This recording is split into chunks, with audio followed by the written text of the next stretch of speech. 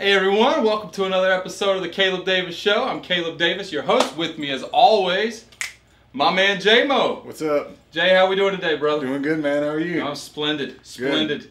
Anything new happening with you?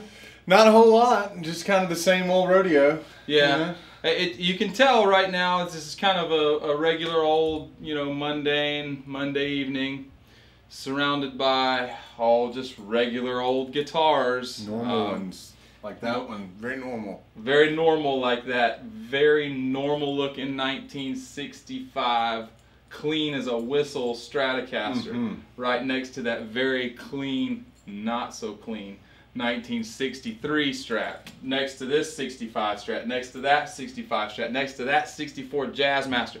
What the crap is going on in here? I don't know. What is this thing in between? What is this? Jay, did we just like walk into vintage heaven? I think we did. Oh. I think we did. This must be the theme of our show this evening. I think so. I think so. And I've got an inkling. I got a feeling that these cables are going to get put to use as we plug in some of these things. Mercy. And see what they sound like. Mercy. So here's what we've got, folks.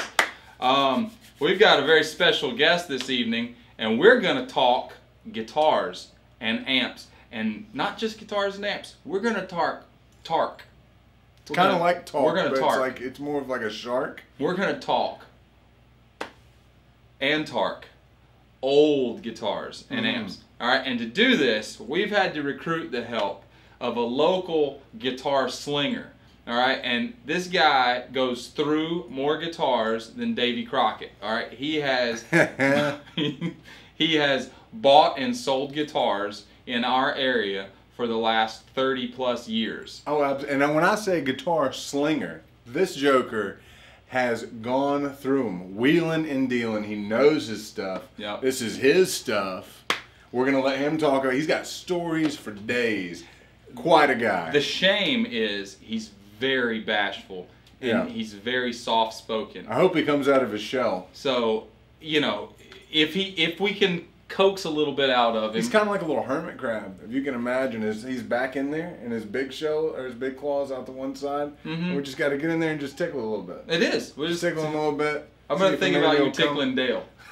I'm going to think about you tickling Dale.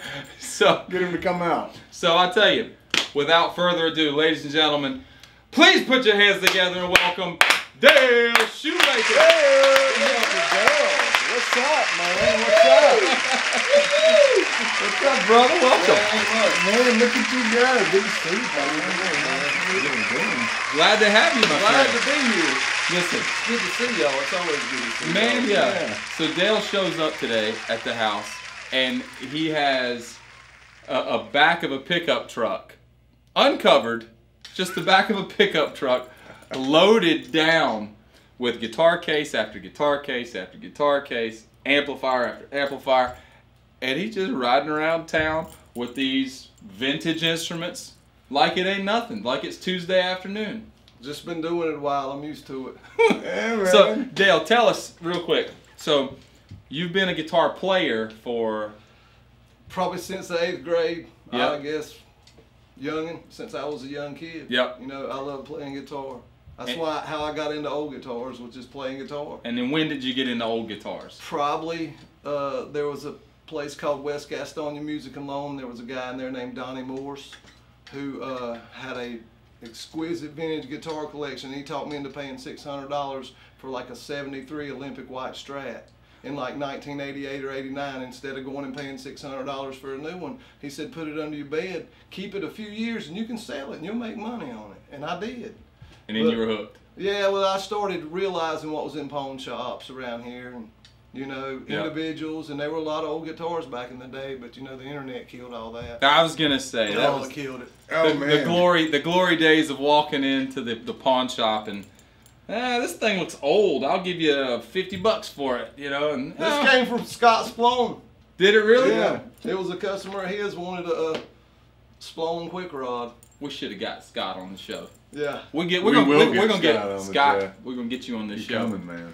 Yeah. So yeah, and then now you walk in and the pawn shop has a a Squire Bullet Series guitar for like $350 up on the wall, and you're like, a line 6 the size of your wallet. yeah, Yeah. and they're all overpriced, and you're like, I don't go to pawn shops much anymore. I really don't. It's not worth my time. Well, I was gonna say the deals are dead now. They have the internet. They just look it up and type in the serial number. They know exactly what they have. Nobody pawns their stuff anymore because of the stimulus checks. For real. Yeah, man. There's nothing in pawn shops. If Pawn we shops just are make empty. it harder on people, You know? to get by. Stupid government and I those know. stimulus checks ruin it for all the guitar traders out there. We need people to hurt a little bit. Oh, jeez. If nobody hawks, what are we gonna talk about, right? That's right. So Dale, like, let's go around the horn here. I know you got stories for days. This is the first old Strat I ever bought. I bought it out of Bobby Tillman's music store. I won't talk prices, but he gave me a very good deal on it, and that was probably in like 2001. Yeah. I'd been looking for one for a long time. I'd had a lot of 70s Strats, and he sold me this. And what is this? This is the neck date on this guitar is January of 1965. It has clay dots, which started soon after that. They turned into perloid dots, which are in these later guitars. Oh, I'll be dang. But these is what you hear people talk about, clay dot Strat. That's clay dots. Okay. And Awesome. it's still got the original 3-way switch in it. Yeah. Oh, It's yeah. very hard to hang in the positions. You know, it's very tricky. You never could do it playing live. No. But And it's got the green pick yeah, guard. it's got a green tinted pick guard. Yeah. But this is like the first one I got, and I probably never sell it. You know. Yeah. I buy and sell stuff, but I try to keep Fender stuff. You know. Mm-hmm. I keep Man, a little, you know. I just like it. So That's why. some people talk about like I'm a Fender guy, I'm a Gibson guy. Yeah. So you're more of a Fender Yeah, guy. yeah. I was always a Gibson guy up until I got a Fender guitar. Yeah. Here, you Let's plug see what that we're working thing. with here. Man, yeah. So I That see guitar has been refretted. Okay. It plays awesome. It's a How great long player. ago was it refretted? When you got it? No. When I got that guitar, Bill Jones in the fret garage refretted that one for me. But when I got it, it was refretted up to the 10th fret. Okay. And I played it for 2 or 3 years and was thinking, man, this thing plays great till you get it up to the top. we downed out or something. No, you ain't too bad. So what are we working with here? We got an old This black is a face. 66 Blackface Super Reverb I got from Scott's Blown. It's all stock. It's a great amp, man. I love it. Turn my reverb down a little bit. Might as well.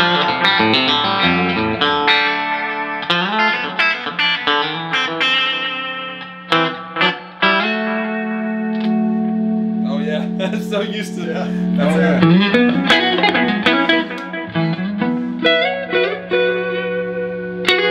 We got a little delay on down there, don't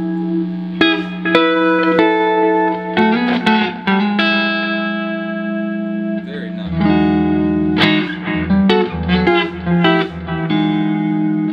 So this is kind of is this the one that kind of bit you, so to speak? Yeah, that's the one probably. You know, I played that guitar for a long time. That guitar's seen a lot of gigs and a lot of hours. You played it before back in the day. I walked in the club and played it with you Yeah, guys. that was probably like 15 or 20 years ago. And it was awesome. And you had it run through a super reverb, I think. Oh yeah. No. Yeah, it was a it super reverb. You I had- carried that thing around for years, and that's why I'm deaf. I That's just why I remember. talk so loud. That's what y'all be doing. Y'all probably already doing it. I just remember walking in there and you had this thing and you said, "Get up here," and you handed it to me, and I remember going, "Dang, I'm pushing some power right now." It was just this. That's a cool guitar, but for a 65 Strat, the neck's kind of thin on it. You know, Yeah. it's kind of a thin neck guitar. Nothing's ever been done to it, but I mean, it's not by no means. After you feel it hit past it, you can feel the neck. And Yeah. all these necks feel similar, but they're all. That one's kind of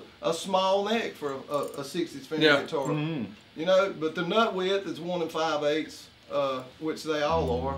So Dale, when you're looking at, I mean, you're officially in the mix now. How did you get in the mix? Because there's a market and dudes know to call you. Yeah, I just done it for so long, and I started doing guitar shows. The guy I was telling you about who got me on my first guitar, Right. He passed away, God rest his soul, in a car wreck on the way to work one day. And one day, the owner of Bobby's Pawn Shop, who was Troy Messick, he looked at Troy and he looked at me because he knew I knew about guitars and stuff. And he said, "Y'all need to get one of them booths at this guitar show, and he pointed in the paper for the Queen City Guitar Show, and he paid like $350. We loaded up the whole pawn shop wall. We went over there with a notebook paper. Now, I knew a little bit about guitars, but this is in like, I don't know, it was probably like 94, 95. And I didn't know a whole lot about them, but I knew a good bit. I knew enough to make them think I knew something. Sure. I knew more than they knew. You know, it was basically that, if you can believe that. But basically, we took over there. We went, and if anybody's ever done a vintage guitar show, you go in on Friday, you spend the night wherever you go, and you're there Saturday and Sunday showing your stuff to everybody. But mostly you're bargaining with dealers, working with dealers. And they buy all your stuff on Friday. When you're setting up, when you're setting your booth. Oh, is that right? Oh, yeah, that's when you all sell the all good your stuff. stuff. That's when all the guitar junkies like me and other people are looking at everybody else's stuff. It's like, hey, we don't trade, you know, it's just like that's a bartering. But that's basically how, you know, I got started in it. But that's the trip. Yeah. Hey, let's check out on number 2 up here. This is the one I want to look at. Oh yeah. This is the let's trade off it. This guitar. Woo, God, that color. That thing is vibing, y'all. Y'all, mercy. Supposedly, that guitar came from a DJ up in Kings Mountain, an AM radio DJ. Really? And it was originally, this is a refinished guitar. Oh, it is. But originally, it was Sonic Blue. If you look in the back tremolo cavity. Oh, sure. Or under the pick guard. Or you can look at the paint, like right in here, there's white undercoat, there's stuff on it. And a guy named Jeff Berry, who's no longer with us, sold me that guitar probably in like 2005. That was like the second one I got. And this has got a neck date of? August. No, that one's September. That neck date on that one is September. Of 65? That one's got a 3-way switch added to it. Or a 5-way switch, actually. Not a 3-way. But that's a good guitar too, man. I tend to favor that guitar the way it sounds. The neck's a little more comfortable, it's a little more stratty. Yeah.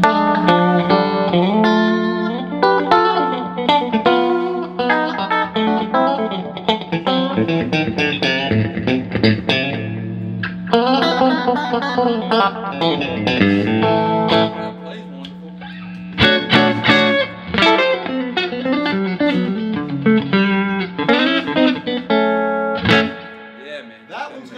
Pick guard on it. That one's the rest of them's got. It does have. That happened in like the summer. They just started putting after like usually after like March, April. They started having white pick guards on in 65. So everything up until 65 was green pick guards. Yep. Well, I'm not sure, green. but yeah, mint green started like back in the early 60s, I guess. I'm not sure exactly when they started. So now, to people watching that may not understand that, the pick guard didn't start off green, right? I think they kind of did. That was like how they. It wasn't the aging. It was what they used in them, and it's not how they aged. You know, because if you look at old pictures of old people playing Strats, they look like that. You know.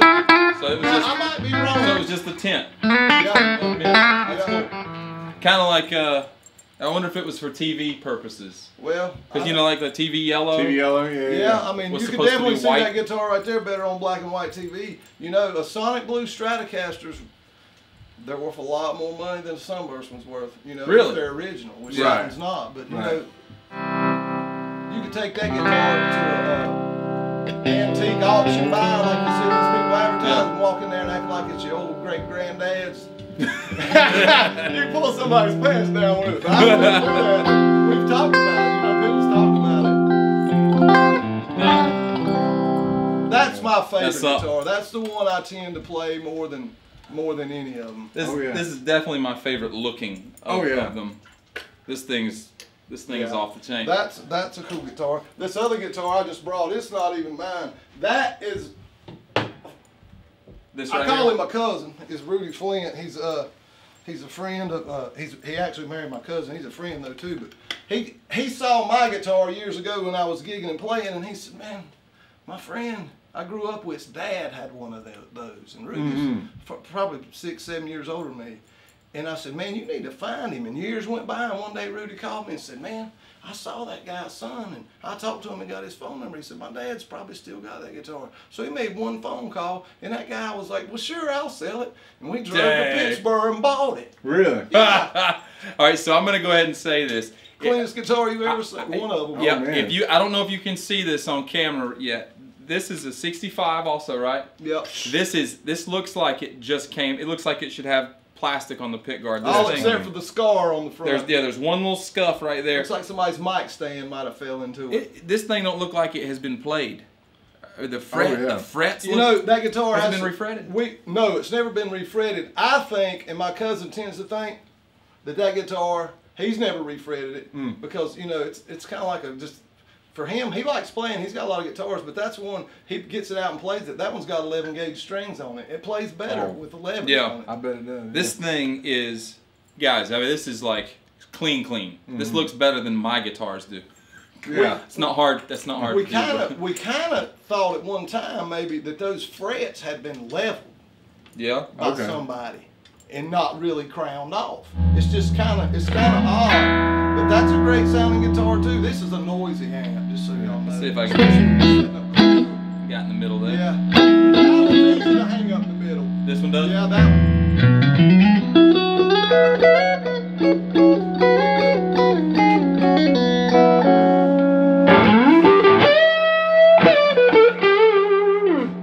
So see, Dale also is coming fully equipped with an original 808 tube screamer down here. That's what just got clicked on. That's just Let that fly a little bit. Hey, you know I used what? to play that pedal when I was a kid. The 808? That's what's funny, that 808. And that's a 78. 78. I think first year. Yeah. That's an old one. So can we can we turn up a little bit? Yeah, you can turn that thing as loud as you want, man. But I'm telling you, it will kill you. Well, let's hope this translates across the camera.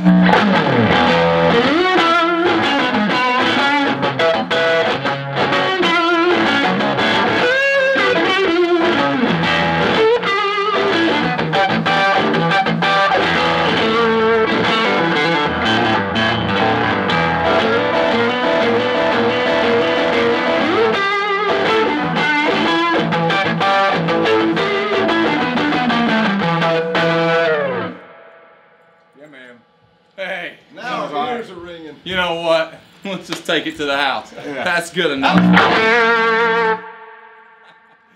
We can turn it back down now. That is crazy. That's phenomenal. That sounds good, yeah. I usually gig with this amp, man, on like, I don't know, probably right there. What do you got on, 2? Yeah, I mean, Three? 3. This amp, you gotta turn it a little bit. It needs to go to Al Forbes. He works on my stuff, and it's been like a year. I find that these amps, man, you got to get them serviced if you gig with them. Yeah. You got to get them serviced like once a year. And I mean, he's a great guy and he does it. But you know, Well, he's like the Fender guru. yeah, around here.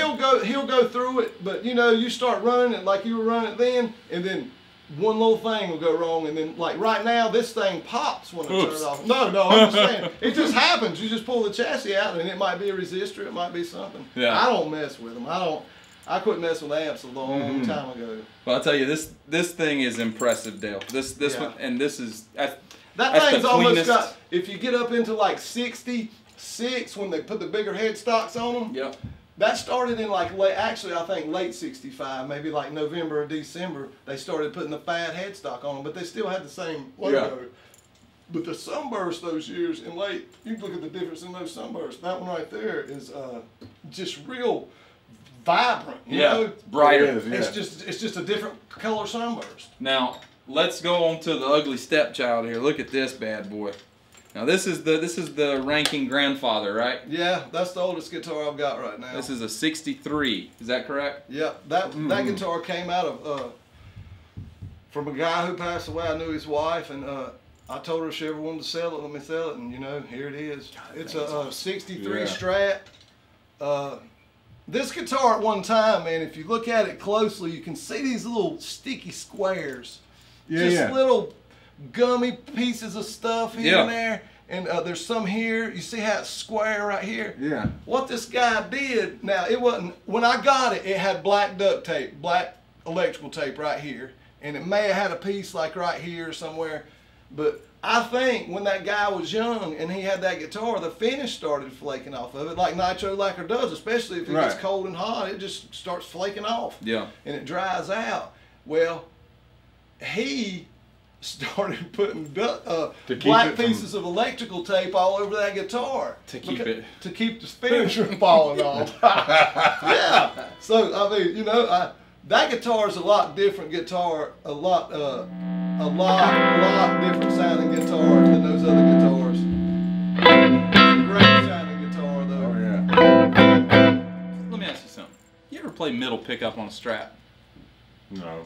Do you ever play middle pickup On a telly all the Oh time. yeah, oh yeah, oh yeah. I love the middle pickup. I play all of them, man.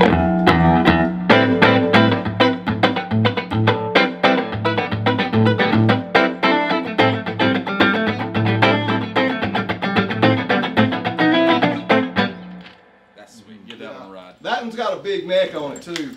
63 Yeah. Strats. 63 Strats have I don't know why early 63 Strats, like January, February, March. Big neck heel. Yeah. Got a big carve.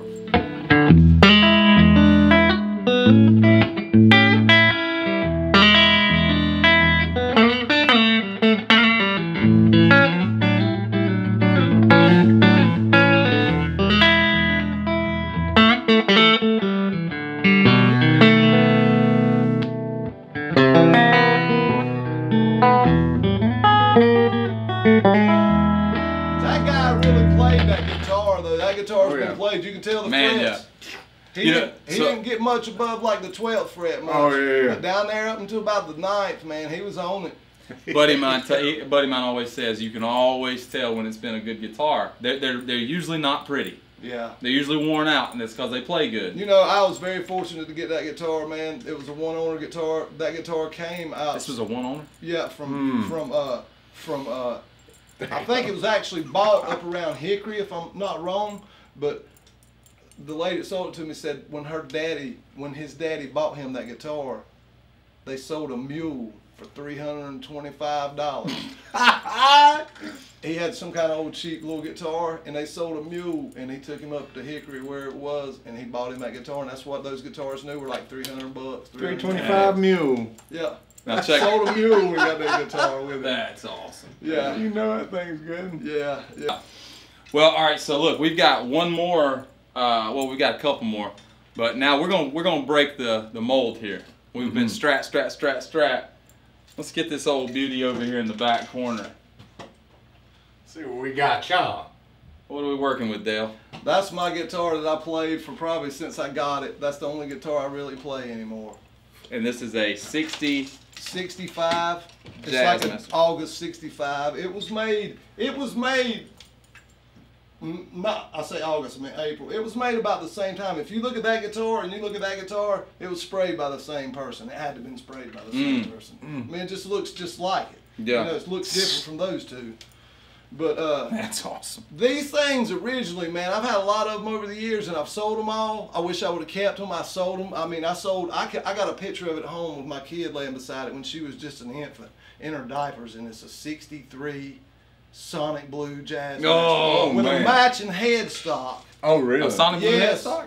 Yes, but no logo on it. It was just worn off. It was so beat up, man. It was the coolest guitar. I'll show you a picture of it. But it was the coolest guitar. Had a huge neck, but it was fretless. It had been played so much and just free fretted. There just no frets on it. It was like a fretless guitar. And I was like, I love this guitar, but I wound up selling it. I've had quite a few of those. They used to be kind of easy to find, but you can't find them anymore.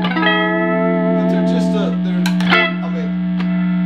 they're just cool, man. They're hard to beat. There you go.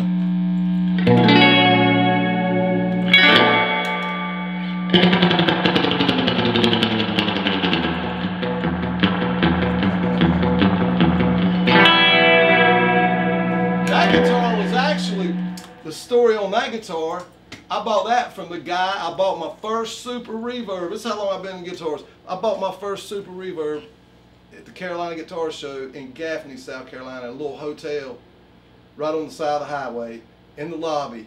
I bought a guy had 20 blackface Fender amps. I'd seen one on Austin City Limits when I was younger. I was like, I got to get whatever kind of amp that guy's playing. Yeah. And I went to that guitar show, and I bought that thing at the show for $400. I had like 4 blackface supers to choose from. Got the best sounding one. Who was playing the one on Austin City Limits you saw? I can't remember. I don't know. I have no idea. But you know, about everybody seems like if they were good, they had a blackface Fender amp. You know, you gotta get on that. Yeah, I like that guitar, man. That guitar is very, it's got a lot of weird tones in it. Usually those guitars were unplayable because of the bridge. And that bridge right there is called a mastery bridge. And a guy, I don't even know the guy's name that makes them, but there's a lot of hype about them. But I mean, I spent $200 and I put it on that guitar, and it just totally came alive. And it just has been my instrument, you know, of choice forever. You know, and it's just that guitar came. I bought it from a guy who actually, I was talking about that guitar show. The guy had the black-faced amps named Tom Gingrich. I bought that guitar from him. I bought that black-faced super from him in like '93. That's how long I've known that guy. I saw that guitar on Craigslist. There was a guy in Asheville had 2 of them. He had to have them in a white one. And I went up there and called him, and that's who it was. And I went up there and bought that guitar from him. Like 6 years ago, I give like $3,000 for the guitar. Now they're like 5 or 6, you know. How much did they go for now? They asked like 6 or 7 thousand for them. They did. Yeah. It's like a $4,500 to the right person. Now, a good 63 Strat like we got here, how much, they're something like that? They're right? high, but realistic to the right person, 14. 14? Yeah. I mean, but you know, I wouldn't go buy one. If you go buy one for 14, then you're gonna, you know, you're gonna sit on it. Yeah. You know, so tell us this: when you're looking at vintage, let's talk Strats since that's what we have most of in here. When we're looking at vintage Strats, are there certain years that you really look for? No, I just look for guitars, man. I don't even look for Fenders. I don't look for Strats. I just look for guitars. When somebody tells me right now, I'm trying to get this old guy I know that I have bought a lot of guitars from, and he is like 83 years old, and I have bought, I can't tell you all the stuff I bought from the man, but right now he's telling me about like a 50s P bass, like a 56 P bass over in Springwood. Is that the Telly bass? Yeah, yeah. Oh, a ES295 59 with a Bixby on it, 2 black P90s. Showed me a picture of it on his phone. This old man's automated. He imitates Johnny Cash and carries an iPhone jack, and he sweats the ladies, you know, the old ladies still. I won't say his name. He knows I'm talking about. Right. He does a dang good Johnny Cash impersonation too. That's awesome. Yeah, so tell what's so special about a 57 Strat? I don't know. I've played them. I've never had a 50s Strat. You know, I've never found one. Never really had any 50s Fender anything. I think the oldest thing I ever had was maybe a 60 Music Master. So was it 54 the first year? 54. That was the first year. Yeah. And so why is it that guys would look more towards that later 50s than the, like collectors? You know, a 54 Strat has a really big, most of those guitars like a 56. You ever played a 56 custom shop? 56 have a big round, thick neck, you know, pretty thick, thicker than usual. I don't know, you know, they're just hit or miss. You pick up some. I know a guy that's got like a 68 maple cap Telecaster that's really nice, and it feels like a Ibanez neck. It feels like a yardstick. So it's like back in the day when they were making them though, back and forth, man. the jokers were cutting the necks out. It wasn't assembly line kind of stuff, right? I mean, it was. You had each dude making a neck, and that's why like it'd come off different. And that's interesting about them. You can get, you know, and you could get one Fender with serial number 001 and then one with 002, and they don't play the same. Yeah.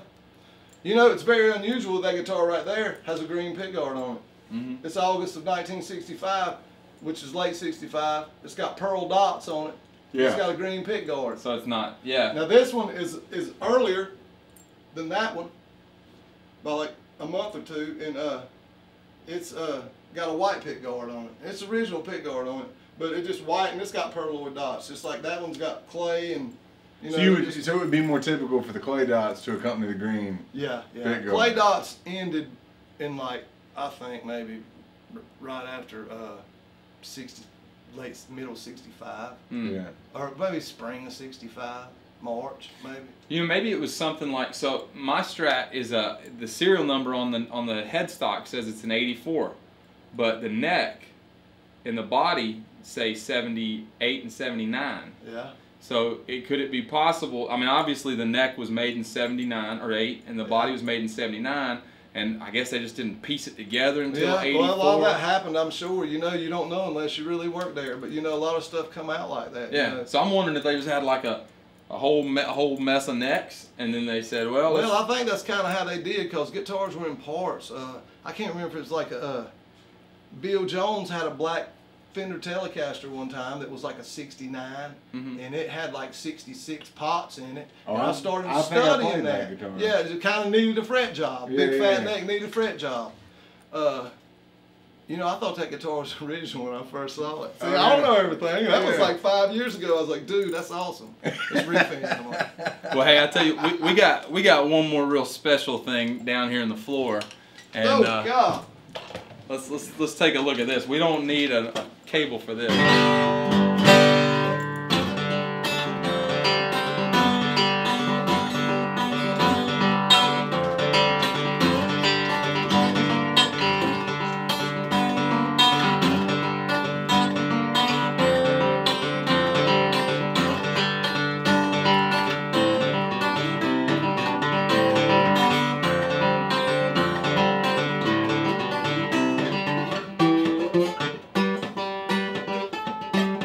Hard, man.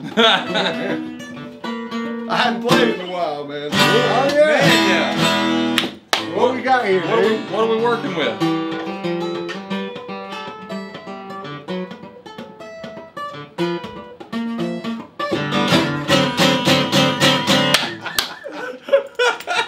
This is a guitar I've had forever, and the first day I got it, I've told the story a million times. Me and my wife was going to see the in-laws in Monroe, down in that area. We left, went down Patrick Road, turned left on 49, went past the old River Rat. Yeah. But before we left, I threw this up the back of my truck, and it had a bed liner on it. So you couldn't tell if your tailgate was shut or not. So I threw it up in a hard shell case. I just got it from the pawn shop. I put a set of Martin strings in the case, some polish, some a spinning tool, you know, for my strings, pair of dikes, polishing cloth. Threw it in a hard shell case I had at home. I didn't have a case with it when I got it.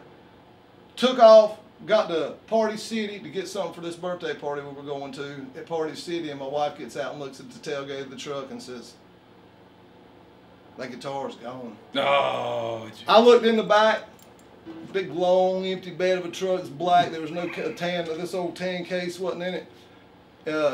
It was gone. And I left her there and drove all the way back down through Lake Valley, down through Steel Creek, all the way back from Bible, man. And I turned at Denny's right by the old I-77, went through there. I knew exactly where I was looking for that case on the side of the road, hoping to just hit the road and slid off in a ditch somewhere. But it was gone.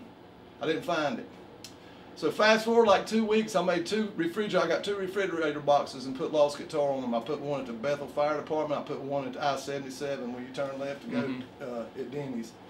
And about 2 weeks, 3 weeks went by, and a woman called me and had my guitar and found it in the middle of Patrick Road and 49, where Oak Ridge comes out. What? And I turned left at the fire department and slid out, and when she pulled up to it, it was in the case, laying in the middle of the road, and there was two other guys walking out there to get it. And she said, "Is this y'all's guitar?" And she said the guy was like, yeah, it's ours. She said, "They just looked like they were lying to me." So I asked them what kind it was.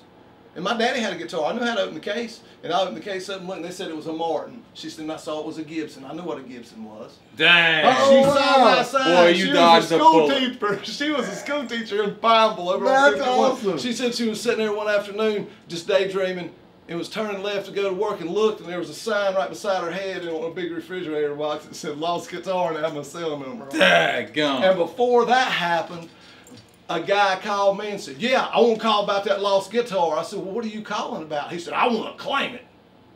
That's what he told me. But my guitar was lost. But this idiot calls me and tries to claim my guitar. And I told my buddy. Hot dang, me too. I asked him, I said, well, what kind was it? He said, it was a Gibson Les Paul. That's what he said. And I just got so mad, I hung up the phone and, you know, just went on about my business. But later on, I was thinking about it. I said, you know what would have been great? And in the day of cell phones now, get you and your buddies you play music with, put a baseball bat in a Les Paul case and drive down there and meet him out in the country somewhere and lay it up on the tailgate and tell him, is this it? And when you open the case up, just take the baseball bat out and hit him in the side of the knee real hard. That would have been great. Hit him in the side of the knee. Yeah, trying to steal a man's lost guitar. Yeah, so. Oh, man. Yeah, this guitar's been around for a long time, but it's a 58 J45, man. It's a great guitar. 58 J45. Gastonia was a factory town, and there was just a lot of mill workers, a lot of people that were folk musicians that sat around and played instruments. Yeah. And there were 2 music stores in Gaston. There was numerous ones, but originally they were 2 or 3, you know, 2 Gibson Fender dealers around here. You know, Tillman's was one for a long time. Costner's, you know, down on 321, which was before my time. But I knew Clyde Costner. His son's got a 56 Strat. I played it. Tried to buy it. They won't sell it. You know, but there's a lot of guitars around here, but more than anything I've bought and sold is J50s and J45s from the 50s and 60s. Really? Gaston County is full of them. What a great thing. They are. And they're all different. That's got the same neck on it as a Hunter Woods, a 59 Les Paul, 58 Les Paul. Oh, yeah. And the neck feels just like it. You know? Big heel on it. Hard, some kind of hard fret. I don't know what they use for fret wire. That guitar's not been refretted. So this is stock. Yeah. This is everything. And you know what's weird about tuners? Yeah, everything's stock. What tuners are real? What's crazy about this guitar is if you look at old 50s J's, they never have that truss rod cover on them. Really? Now, that was on that guitar when I bought it. Yeah. And I bought that thing a long time ago. It's probably 93 or 94. Yeah. And that truss rod cover is on it. That's the same kind of truss rods on a Les Paul Standard. That's the same truss rod cover. I mean, that truss rod cover right there would go on like a, I would think maybe like a, you know, there's a big market for pickups and parts. You find an old Gibson 50s lap steel, you can buy those. You know, people's catching on, but you can buy them, and these ones that's got humbuckers in them. Yeah. It's got a humbucker in them that's worth like $3,500, $4,000. Oh, wow. Yeah. That is thing. I made the bad mistake of, I've never, anybody that knows me knows I never got on the internet. I ain't got the, ADD's totally got me, baby. I can't sit and look at the computer screen. So I always bought and sold stuff hand to hand, you know, cash money deals. Well, when Don Tillman was going out of business, he was selling me all these parts out of his old workshop. And years ago, I bought a Firebird from him that had humbuckers in it. Well, he had the humbuckers. I had 2 small mini humbuckers for a 64 Firebird Thunderbird, or Firebird 4 or 5 or what. It had 2 pickups in it. And I bought them from him for like $75. I was like, well, I can do something with some 64 Firebird pickups. So I take them up to Troy at the pawn shop, who I used to do shows with. I'm like, dude, you want these pickups? What do you want for them? Well, of course I'm gonna make some money. I said, give me like $200 for them. He goes, man, I'll give you like 125. I'm like, the hell am I gonna do with a set of 64 Firebird pickups? Sell them to him, you know. And I've got him too. He's got me. We both got each other. But he put them things on eBay and got like $1,000. Oh, man. I was like, oh. But, you know, we do business together, man. Me and him used to do a lot of shows together. But when we went to that first show, we went in there and we took a truckload full of vintage guitars. We sold a gold top Les Paul, man. Not one with humbuckers in it, but Minis or P90s? P90s, stop tailpiece. It was a 56 with stop tailpiece and P90s on it. It was clean. It was Donnie's out of that collection that guy got killed in a car wreck. And we sold that thing for like $4,200. But this was in like, but where we knew we messed up was all these dealers that we'd never been to a guitar show. We had no idea. We thought we were going to load and set our stuff up. Well, basically, you just walked in there with a big cart full of vintage guitars, and these people just mugged us and started being like, what do you want? What do you want for that? What do you want for that? What do you want? And we'd get real irritated. These people would get real irritated. And we sold everything. We had like 3 guitars in the booth the next morning at the show. And everybody else's guitars was on, all the guitars that we brought were on everybody else's booths for like these outrageous prices. They took yours. Yeah, we were just sitting there, we was like, I guess you gotta learn. I look back at those days, man. I remember he had a blonde, black double bound 68 Tele Custom with a Bigsby on it. With a Bigsby on it. Did it come with a Bigsby or yeah, it something? came with a Bigsby on it. One of them real funky looking, all that mess all over the top. That's a bunch of that. That wasn't too long ago. I saw you down at Splawn Amplification, and I got to play a 60 335. 61 61? 335. God, that thing was sweet. If I was a rich man, I'd have kept that guitar, but I ain't a rich man. That thing was awesome. That thing was clean too. That was a great guitar. That was one owner guitar that come from Stanley. That's a story, but I mean, I won't tell. That's the first time I ever got worked over by 2 old ladies. Them 2 old ladies worked me over and made me pay a lot of money, a lot more money than I should have paid for that guitar. But then again, I should have known how to put it on the internet and sell it, and I'd have done a lot better. But of course, I don't put something like that and try to ship it anywhere. Yeah. Any kind of insurance, online insurance ain't gonna pay for nothing like that. Oh yeah. Well, you can't replace history, man. No, you can't. You can't. So what who was it? Was it Al Forbes that had the 59 Les Paul? Al Forbes had a 59 Les Paul. Now who bought that? Man, I heard rumor went that Bonamassa bought it from him. No, Bonamassa's got the guitar. He calls it Snakebite. That guitar came from beside Hunter Hills High School. A guy had it. He had bought it in I think he told me 85 in a pawn shop. So they were already in a pawn shop. Yeah, his buddy called and said, look, I got this 59 Les Paul in my pawn shop. He knew Al Forbes, and he liked to buy stuff, and collected old guitars, liked old gear. He was into that stuff a long time ago, and he bought it and kept it for years and years and years. He said the original owner used to come to his store and beat on the door. He had to put a camera out there and a lock on it because the guy knew he had his guitar, and he would come over there and harass him about it. Tell him he was going to buy it back and tell him what he was going to buy it back for and all. He said he had to get an alarm system and everything. Oh, yeah. Bars on his windows. You go to his shop over there off Tri-Clan Drive in Charlotte, which is in Gastonia now, but you knocked on the door, they had to come let you in. Oh, wow. Oh, you just didn't walk in his store. It was in a bad area. Roundabout, what'd that thing go for? It went for a lot of money. It went well over, those things. That one, I don't know what it went for. I know that they bring anywhere, depending on the top on them, the humbuckers, anywhere from $150,000, $200,000 up to like $300,000, $400,000, $500,000, just depending on what they look like. Yeah. His was not a real flamed out guitar. Mm-hmm. It had a center seam in it, and it had a lot of figure in it. Yeah. It wasn't what you call like Billy Gibbons or a guitar like that, or custom shop guitar. Yeah. But it was just real orange, man, real orange lemony colored, and it at one time it had a Bigsby on it, and it had holes in it. Mm-hmm. And he don't know if the Bigsby was original or not. He never knew. The back pickup was rewound by Lindy Fralin. Okay. The original, they were both PAFs, but one had to be rewound at some time. He said it just quit working. He got it rewound. But a buyer out of Florida bought that guitar from me, sold it to he said it was an airline pilot who collected 59 Les Pauls, some single guy, I didn't know his name, he told me.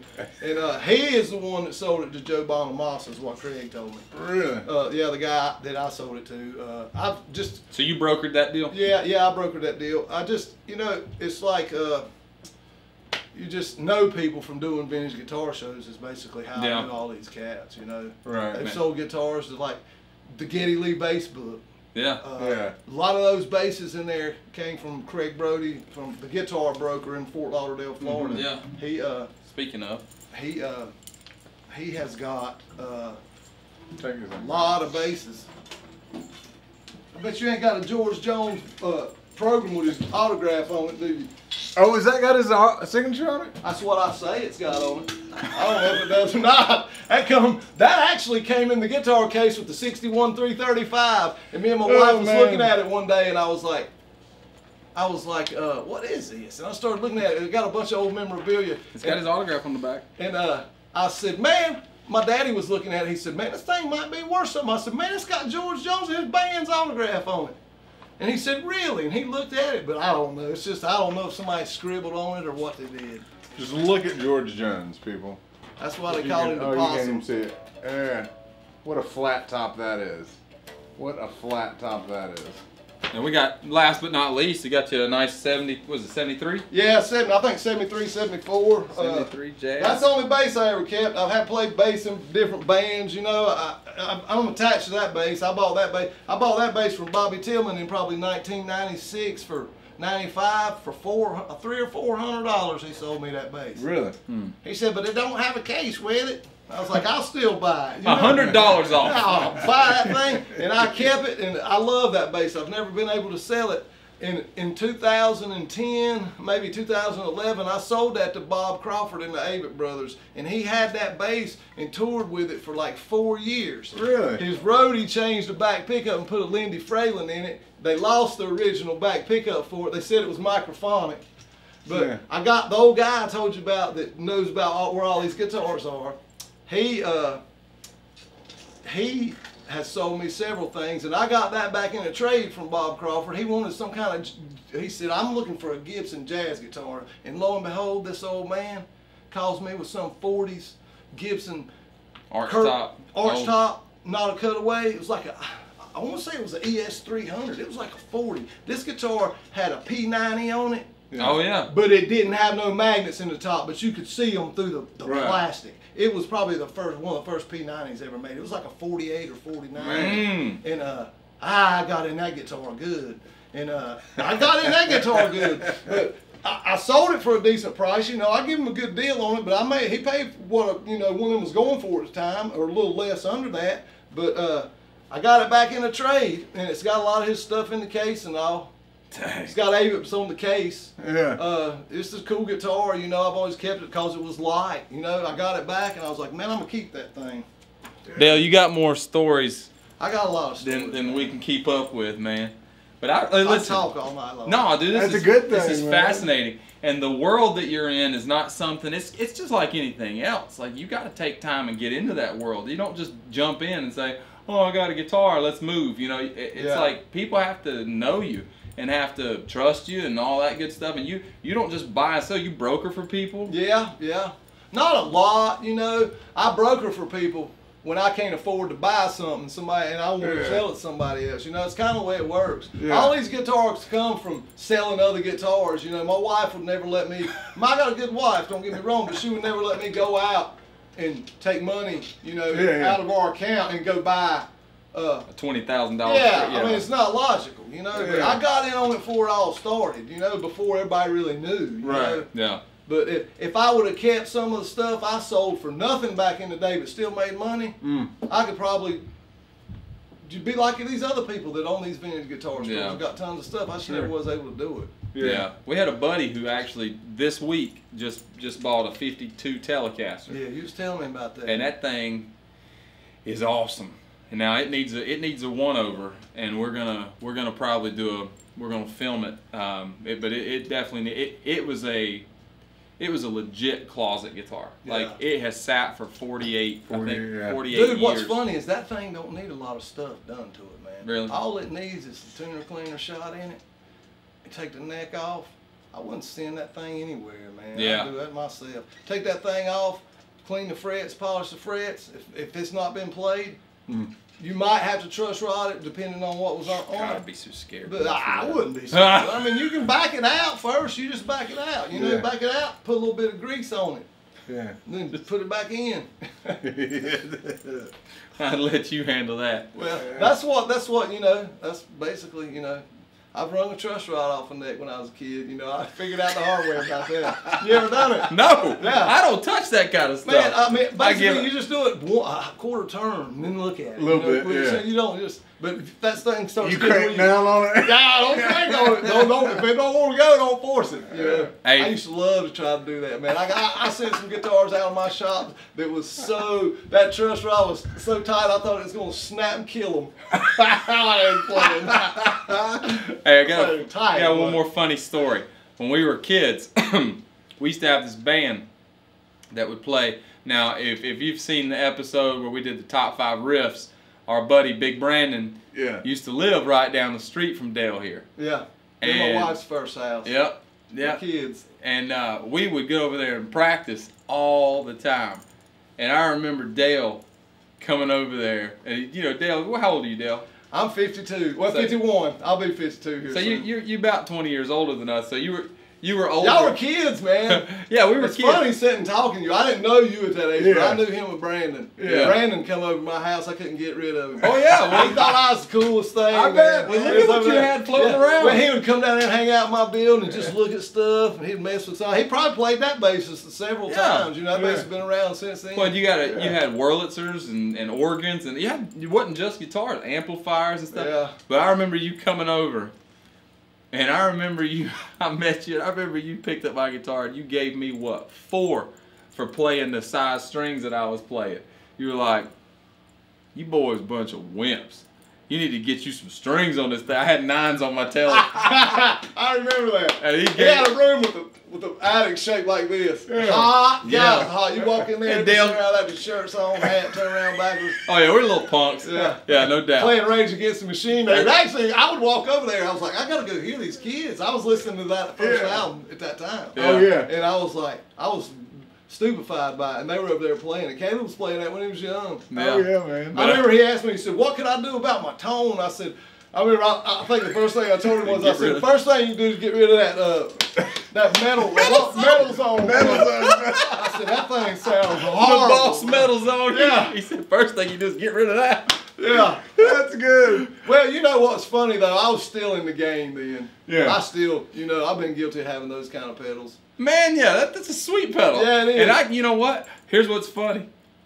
I don't play 9s anymore, and I don't play Metal Zone pedals anymore. Yeah. Maybe that's because of you, Dale. No, it's not. I think most guitar players, it takes them a long time to get to that point. Oh yeah. I mean, since I started playing when I was young, first guitar I had was like an effector. It was from Sears. It was like a black Gibson Explorer copy with all kind of phaser buttons and stuff and a 9-volt battery on it. I played it through a Holmes bass amp, and I had this round, or not round, but small orange box, and it was called Misto Disto.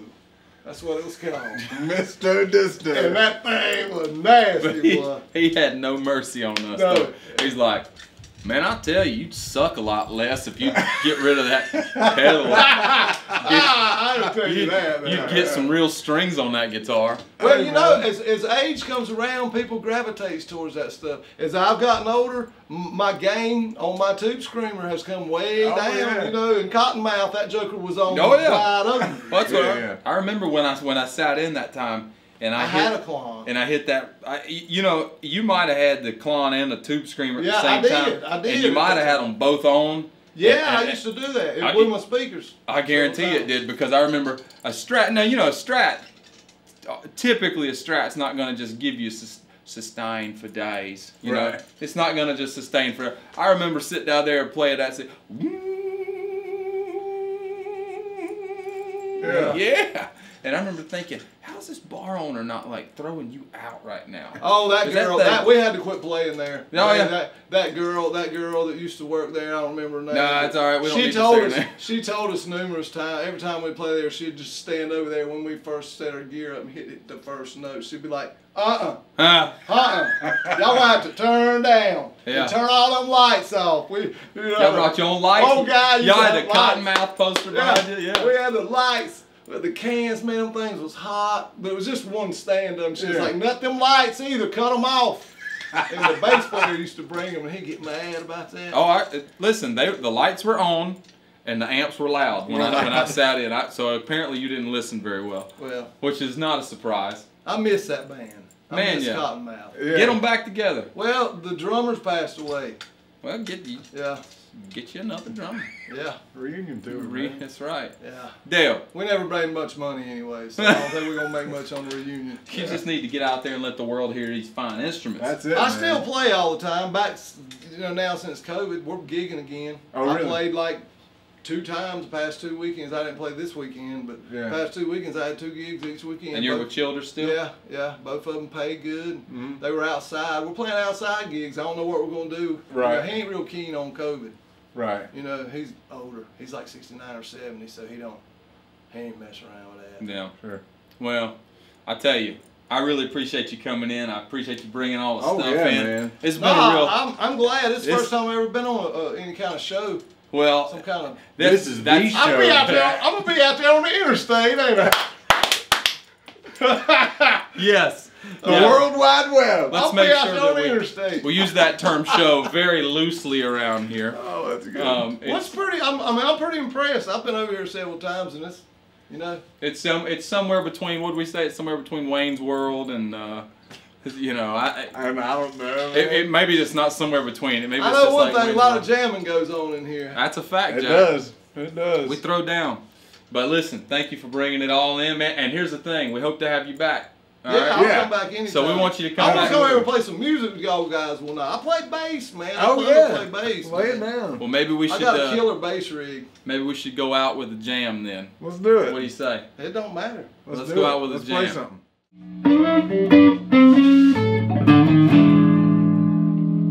Well, this has got the 5-way switch. Yeah. Well, I got the key to the highway.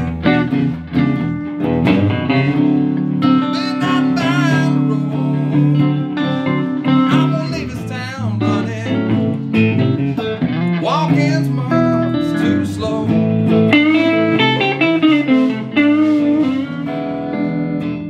Take me back to the border.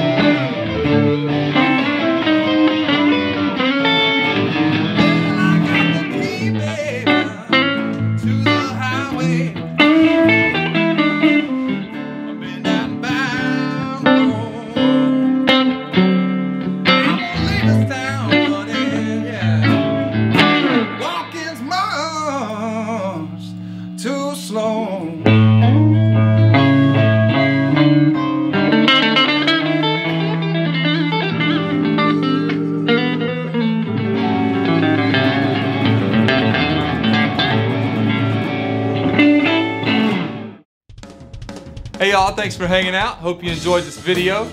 Make sure to like, share, and subscribe. You can also follow me on Facebook, Instagram, and Twitter. See you next time.